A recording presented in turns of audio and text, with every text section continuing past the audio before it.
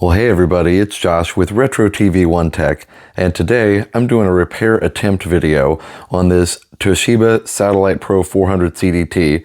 Now I have another one of these, and I found this really cheap on eBay, and I couldn't resist it because it looked like possibly a simple problem to fix, but it was very, very affordable, and it's in really, really good shape. As you can see on the case and the body, very few scuffs or any kind of cracks or anything like that. It's in really great shape, but it's got a problem that I think will be pretty simple to fix. So I'm going to show you what it's doing, and then we'll see if we can get it fixed. Now I say it has a problem. It actually developed another problem in shipping, unfortunately. You'll see that real quick when it comes on. There you can see. So the lines on the screen, unfortunately, weren't there when the seller was taking pictures of it for eBay. And so I've already contacted the seller, and he's going to make it right. But the problem, if you can see on the screen there, let me zoom in. The problem is that the BIOS is damaged. Now luckily these Toshiba laptops have a pretty easy way to flash the BIOS even when it's damaged like this. So I'm going to try and put the BIOS on a disk and see if it will go ahead and load into this computer, and maybe it'll fix the screen. I don't know. But like I said, on the pictures on the eBay listing, the screen didn't have these lines on it, so I'm tempted to think that it was damaged or jostled around in shipping. So the next part of that might be opening it up and just seeing if anything's loose inside or something like that. But either way, let's just see if we can get the BIOS reloaded real quick. So in order to do that, I'm going to use a little bit newer Toshiba laptop, my 2805 S401 that I've shown in previous videos here. This is one of the really, really nice later Windows DOS laptops that I have. And the nice thing about this one is it has a USB port and it has a floppy disk drive, both. So I can actually take the BIOS file from my regular Windows 10 computer onto this computer, and then I can put a floppy disk inside and load the BIOS onto that. So it makes it really easy. Now, could I load the BIOS onto a floppy drive from a USB drive onto my Windows 10 computer? Yes. But honestly, floppy drives on modern computers are really janky and they just don't work that well. And this BIOS flash process, from what I've read, requires a 720K floppy. So you can see there's no hole on this side, meaning this is a 720K floppy. So that's one of the things that doesn't work really well with the modern USB floppy drives is a 720K floppy. It just doesn't work very well for some reason, so it doesn't write to them or format them very well. So I know this disk drive will do that quite well, so I'm going to go ahead and write the BIOS using this disk drive. Alright, so I've got the files ready to go here. Thankfully, these files are still available on archive.org. I'll link them in the description if you need a copy. Alright, I'll go ahead and do a full format of this disk just to make sure it's all ready to go. I had trouble with it just a second ago because I actually selected 1.44 meg instead of 720K because I forgot. But it looks like it is working correctly now. So, and again, these options actually are available on Windows 10. It does have a format menu. It's just like this one.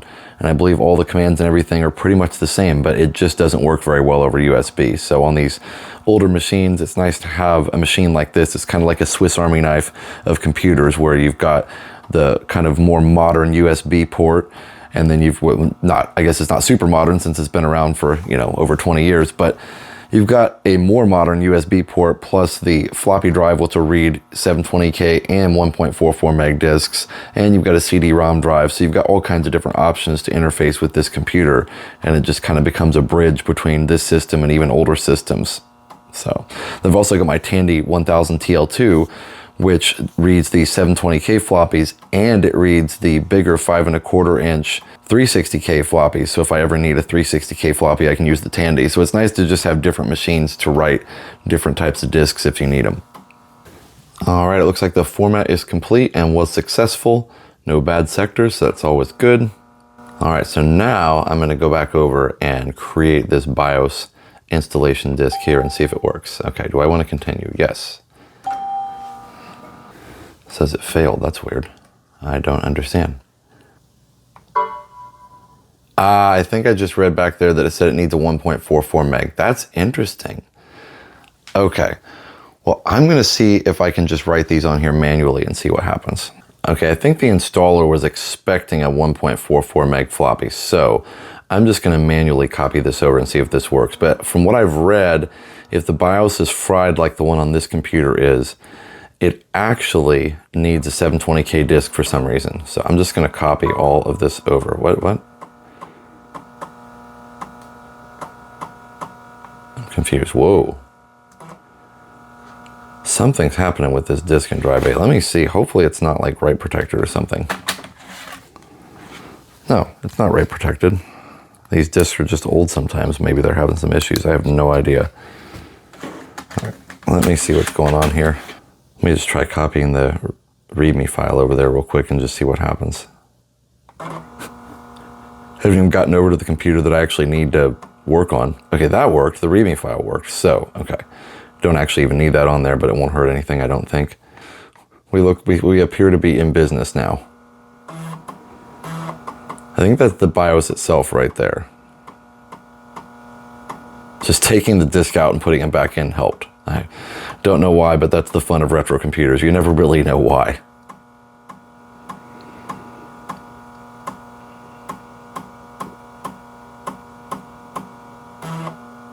Okay, now we definitely need this boot BIOS. It's definitely going to be looking for that.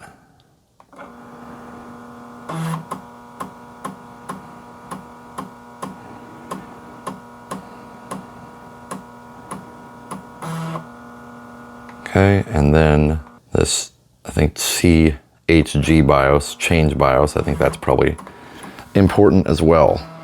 All right, so I've got those copied over, so let's see if that works. If not, I'll keep this computer on and we can come back over and copy more things in a different way if it doesn't work.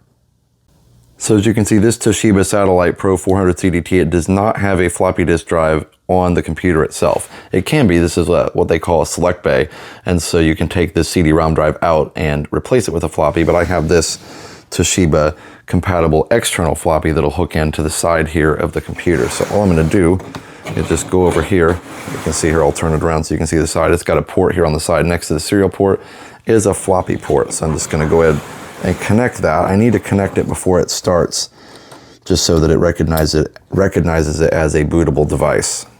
So we'll try that. Now, if this doesn't work, I can go ahead and make it the internal drive on the computer, but I think it'd be easier to do it this way if it'll work. So I'm gonna go ahead and put the disk in the drive before we start the computer, and let's just see if it works. All right, here we go. Let's boot this thing up. It's gonna do the exact same thing, unfortunately with lines on the screen. And who knows, if this BIOS replacement works, maybe I can get a new LCD panel for this or something, we'll see. But either way, it'll just be interesting to see if this works. Kind of an exercise in, hey, does restoring a damaged BIOS work on these older Toshibas? Here we go. So it says, serviceman. I guess I'm the serviceman. Please place maintenance disk and drive and press any key when ready. So let's just see if this works, and you'll be able to see the disk drive and see if it lights up here. Here we go. I pressed any key and nothing happened. Oh, there it goes.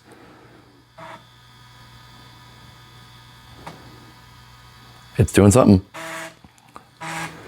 Reading BIOS file. It's actually working. Wow. Okay, so remains to be seen if this will actually fix the BIOS issue when the computer boots. Be pretty cool if it did. It is disappointing about the screen. It looks like it's a really nice LCD panel, so I'm not sure if it got bounced around in shipping or what, but either way, that's one of the perils of buying on eBay. Now, the eBay seller's been really responsive, so I think he's gonna help me out somehow if with maybe a partial refund or something. But maybe you can get something from the shipping company, we'll see. It says erasing and writing BIOS. Ah, okay, so actually, let me zoom in and show you the message. It's kind of hard to read here. It looks like it says successful. Wow. All right, so I know that's gonna be hard to read, but you can see ROM write successful, utility finished. It shows the BIOS file, version, and name there. So, all right. Well, so we're gonna go ahead, it says, turn AC power off and on to restart. So let's just try it. So I'm just gonna hold the power button here till it goes off. I'm gonna go ahead and remove the floppy because I don't really want it to boot from the floppy. I actually wanna see if it will boot from a hard drive or anything. It was hard to tell even when I had it on if it even had a hard drive at all. So let's give it a shot and see what happens.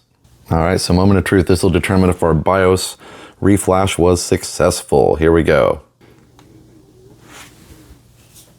Okay, it's coming on. Oh, that seems like that's working better than it was before, so that's good. Okay, good. Screen's still broken, so that must have been damaged in shipping. Seems like the hard drive is spinning up.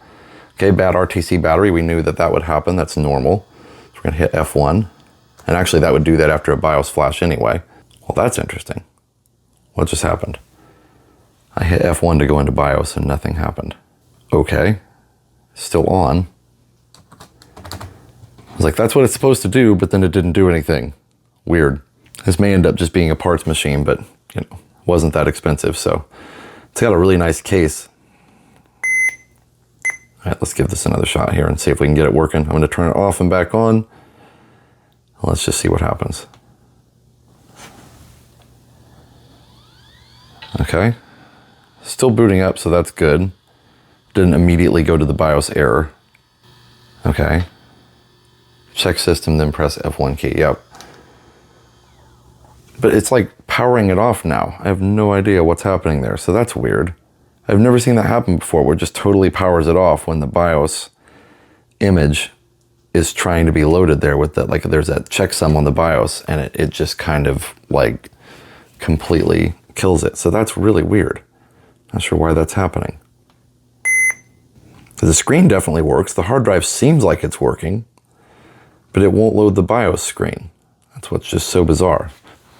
I know this is weird, but I think I'm gonna try unplugging it and just completely removing power from it. So that might, sometimes that helps with any type of errors that are present here. I'm also gonna remove the battery and try it without the battery. It's actually got an internal, the standard lithium-ion battery in it for the computer, and it does seem to be charging. You know, who knows if it works or not, but I'm gonna remove that, and that way there's no power at all going to the computer right now, so maybe it'll reset everything inside. So that'll be like more of a complete reset. I can also reflash the BIOS if I need to. That'll be helpful if it's just gonna be super stubborn for me, like this battery compartment door is kind of stubborn. All right, so now no battery at all, just on AC power, and we'll see if we can get something different to happen.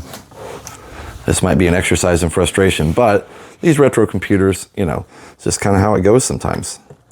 It's old hardware, you never know what's been done to it before, and you just kind of do the best you can with it to see if you can get it working. So, and these laptops are hard because there's not a whole lot of, you can take it apart and stuff, but it's not like, you know, you can desolder chips or something like that like you can on older machines like Commodores and stuff.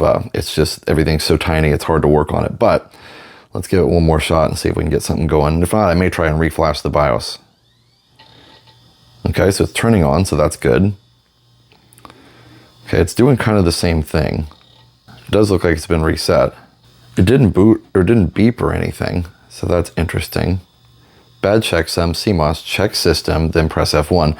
I mean, okay, so every time I press F1, it just completely turns off the system. So maybe I do need to go ahead and reflash this. We'll have to see. So I'm gonna go ahead and hit F1.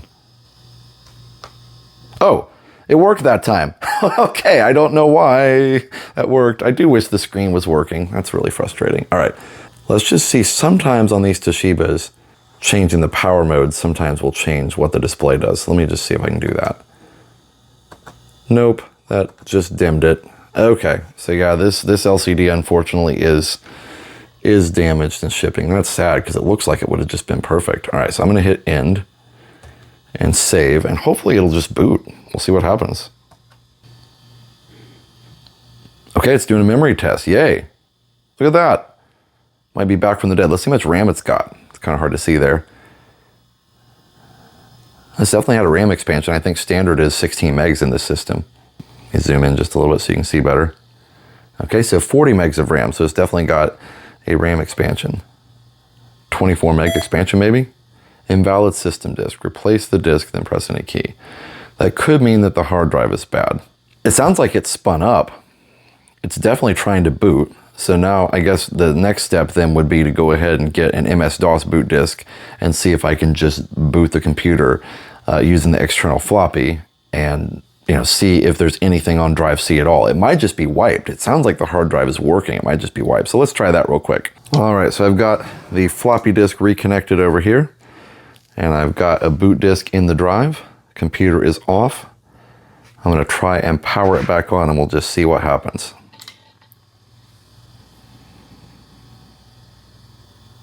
Okay, good, it's doing the memory check, no errors this time. That's good. Okay, let's see if it'll boot from this disk. Seems to be trying to boot. That was a good beep. It's probably really hard on the video to see too much because of the blue bars on the screen. Really frustrating. I just don't think there's any way to repair that. Okay, good. It's a Windows 98 one, so I guess we'll say with CD-ROM support. I don't think I'm gonna bother trying to reinstall Windows right now. I just really wanted to see if I could get it to boot. But yeah, there we go. It found the CD-ROM drive. That's cool. So this is basically, looks like a perfectly working system after getting it really, really cheap on eBay. Here we go. We're booted into MS-DOS or Windows 98 DOS. But yeah, so the biggest thing is just the silly LCD, but otherwise it's working. So let's try checking out and seeing if we can even access the hard drive. Now the good news is it doesn't really matter if we can access the hard drive or not, because you can always replace it with a compact flash or something like that. Even to get an original hard drive for this is really not that hard. So, but let's just see if we can even access drive C. Okay, it's accessible. Let's see if there's a directory. Ah, so the hard drive actually works, it's just empty. So somebody's actually erased the hard drive. I wonder if they somehow borked the BIOS too, but either way, so this is a completely 100% working system other than this LCD. Wow. I guess that's what you get when you go on eBay and get something shipped to you. So either way, this is pretty cool. I'm really glad that it works completely. Look at that. It does the directory there. It shows the directory of my Windows 98 boot disk there. No problem at all. Let's just do an F disk and just see if it'll recognize this hard drive as well. Okay, yes, we want to do large disk support. There we go. Okay, we're going to display partition information. Now, if I connected this to an external VGA monitor, it would work perfectly, actually. I just don't really want to do that. I'd like the display itself to be working. Yep, so everything's working. It's a primary DOS partition, FAT16. That's interesting. Yeah, I guess FAT32 probably didn't come around until later. We're going to press escape to continue, press escape to exit. So what I can do here to get this to boot on its own is I can just go sys C. I just want to write the system files to the C drive. So I probably wouldn't technically install Windows 98 to this computer just because it'll work. It's just like not quite the right generation. This computer, I believe, came with Windows 3.1 and it might work a little better with Windows 95, but it's kind of slow on 98, I think. All right, so system transferred. Yes, good. All right, so this thing should now just boot on its own. So let's try that really quick. Again, I don't want to go through the whole Windows installation process. That's like a whole, 40-minute ordeal or whatever, but it would totally do it. The hard drive is actually working. It's accepting files, which is pretty amazing. So, all right, let's reboot this thing. I'm actually going to disconnect the floppy and see if it'll boot completely on its own. All right, so computer is completely off. Of course, still plugged into AC power. And I'll show you here that the floppy drive is disconnected. So there you go. So there's no floppy, and so it should boot from the hard drive now. So I'm excited it works, but it's a little bittersweet because of the screen. So, it's just like, that's the perils of this retro hobby, unfortunately, is that things break in shipping. There we go. Okay, let's see what happens here. It appears to be trying to do something. I love that the Windows 98 splash screen was on there for just half a second. So yeah, it's totally booted. It's totally working. This is a 100% working computer with a bad screen. Now the other thing is, even if I found a replacement screen for this somewhere, it's very, very difficult. I'll show you in another repair video on one of these computers. It is very, very difficult to remove these without breaking anything. So, because what happens is there's screws underneath of these little pieces of tape. So that's not hard, that's easy. You just peel the tape back, take the screws out. But then there's all these plastic clips around the entire front of the case here. And to get those off without breaking them is so, so difficult. Probably back in the day when the computer was more new, the plastic was more flexible, probably easier to do. But now, not so easy. Well, before we wrap this up, even though it's going to look weird, I'm going to try a little Commander Keen on here just to see if the sound works, because then that'll determine whether or not this is actually a completely fully working system or not. So let's just see what we can do. So I'm going to let that install and we'll go from there. All right, it is installed, so now I'm going to load it up. The keyboard works perfectly, by the way, so that's good. All right, so let's see if it'll load right up here. All right, so it did detect the Sound Blaster and the ad-lib. Again, I'm sorry if it's really hard to see just because all the weird colors and stuff on the screen. That's interesting. It does, like the bars actually change color around certain other colors on the screen. So it's just really, really super weird. But either way, all right. Don't have enough memory. Oh, yeah, that's probably because of the way Windows loads itself into the system. So let me see. I don't even have a memory command, I don't think, on the disk. So, all right, let me see if I can get that working just for fun. All right, so this is how far we're going to try this game on here. I actually created a config sys file. So let's reboot this thing and see if I got more RAM. This should give us more RAM by getting DOS into the high memory. Get a little better memory profile here, and we should be able to run Keen now. There we go. Yep, all right, we got more memory now. It should just load now, even though it's gonna look weird. Yep, there we go. Look at that. And again, like I mentioned in my earlier video on this system, I have another one of these that has a really good working screen. And this is one of the best MS-DOS computers for laptops as far as that's concerned because of the 640 by 480 resolution. Ooh, all the different colors on Commander Keen. I mean, you can still see it, but yeah, that's rough. All right, well, let's configure. Let's go ahead and make sure we've got ad-lib sound here. It's already pre-selected. That's awesome. We're gonna use the keyboard. That's perfect. Okay, so let's go back and let's load the game. Let's just see if our sound works at all.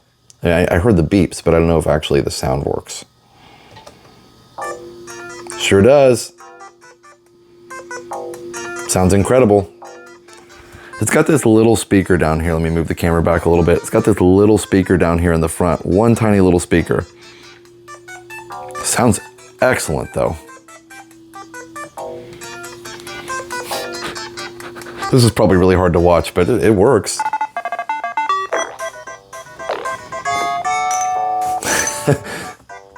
I mean, it makes it a little harder, I guess. I don't know how many times I played this first level, but it's definitely playable. So yeah, I guess that just goes to show you really can revive a dead system with a dead BIOS as long as it's one of these Toshibas like this. Apparently some of the IBMs don't have a utility like that to restore a completely messed up BIOS, but this one does. Love that ad-lib soundtrack. It's so amazing. That's the other reason this is a great MS-DOS computer when you have a working screen is it's got full Sound Blaster Pro, ad-lib, all that compatibility. So yeah, it's just literally perfect. I don't know about the mouse, of course. I've not been able to try that because I don't have Windows loaded on here, but yeah, it works. All right, everybody. Well, that's all for now for this Toshiba 400 CDT repair attempt video. I did actually repair it. I'm not an LCD repair person, of course. I don't know anything about doing that, but really pretty awesome that I was able to fairly easily flash the BIOS. I mean, I had to mess around with it a little bit. I had to take the battery out and totally reset it and do all that. I had to mess around to get the game to work, of course, with memory, but that's pretty standard. But it's actually pretty surprising that everything pretty much just worked except the screens. So I guess shame on the shipping people for not being more careful, or maybe it just went bad. You know, you really never know. But it's pretty amazing that everything else literally just worked. So I guess I can do one of two things with this. It really was very, very cheap on eBay just because, you know, and nobody really wanted to buy it. It didn't seem like there was a lot of people watching it, but it seemed like people were hesitant about it because of the BIOS. And I read up and was like, oh no, we can reflash the BIOS with, you know, with a floppy disk and that'll work fine. You know, I guess it could be a parts machine, because everything else literally just works, or maybe I could get a new LCD and get it installed in here and maybe it would just work. Or maybe on a longer video sometime I'll actually take it completely apart and see if all the cables are snug and everything else. Last night when I got it, I actually did open up and take the keyboard off and mess around with it a little bit and make sure everything was just snug. I checked the RAM and everything, the expansion RAM, everything's snug in there. Nothing's loose inside, nothing's rattling around. So I don't think it's anything obvious. I really do think it's just a bad panel. But either way, pretty cool that we at least got it working, and it would be super easy to just install Windows or anything else on it and use it with an external monitor if we wanted to. So anyway, leave a comment. Let me know what you thought of this just simple, short little repair video that mostly repaired the computer. All right, everybody. So for now, enjoy that tech and keep it retro.